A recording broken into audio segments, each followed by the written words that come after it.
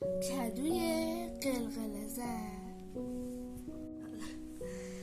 یکی بود یکی نبود، غیر از خدا هیچکی نبود.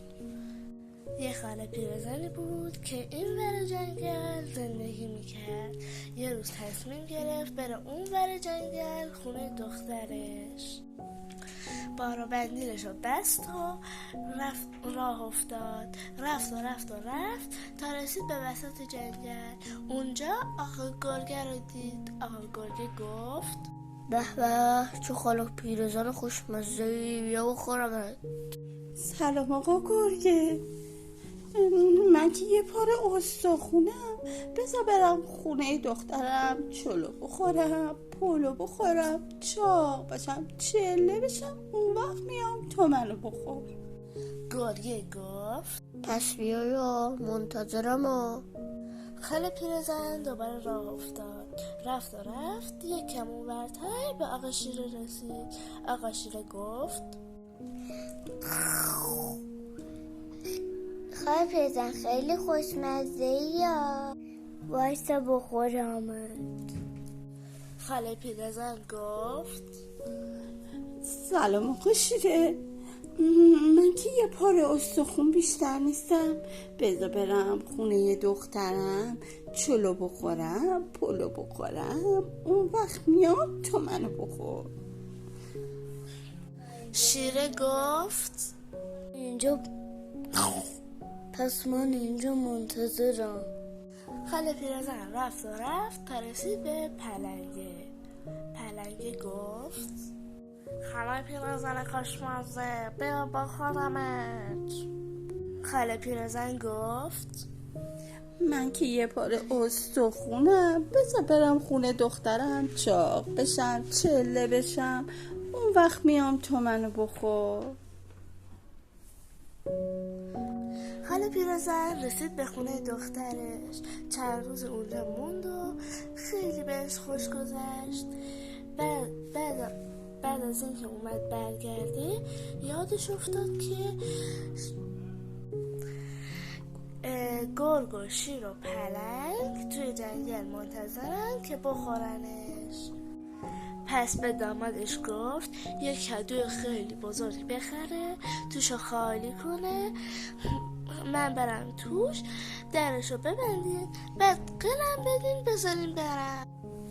خاله پیرزن رو گذاشتن توی کدو، قلش دادن، گذاشتن بره. توی راه به پلنگ رسید.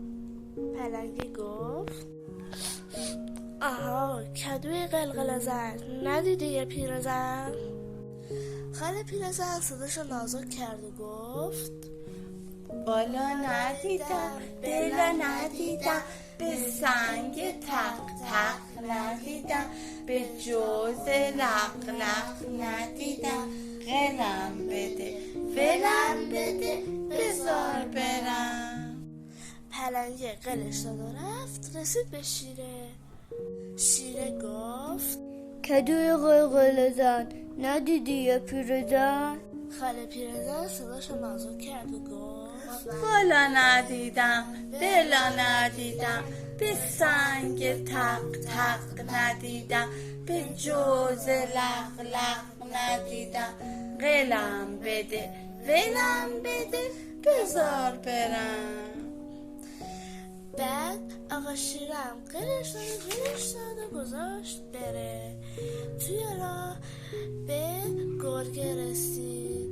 گرگه گفت بوهای خوشمزه‌ای میاد، کدوی قلقله زن، ندیدی یه پیرزن؟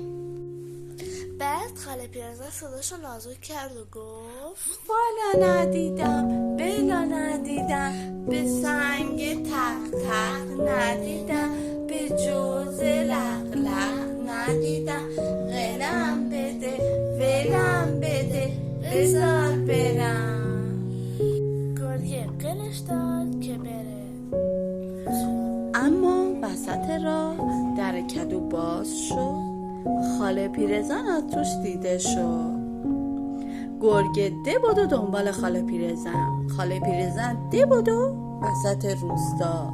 همچین که رسید وسط اون توی خونش، در خونه رو بست، چفتیشو انداخت.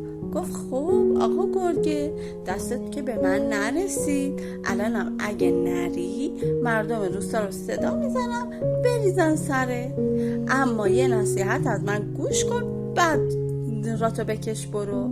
این که آدم برای کاری که میخواد انجام بده باید تلاش کنه، برای چیزی که میخواد به دست بیاره باید تلاش کنه.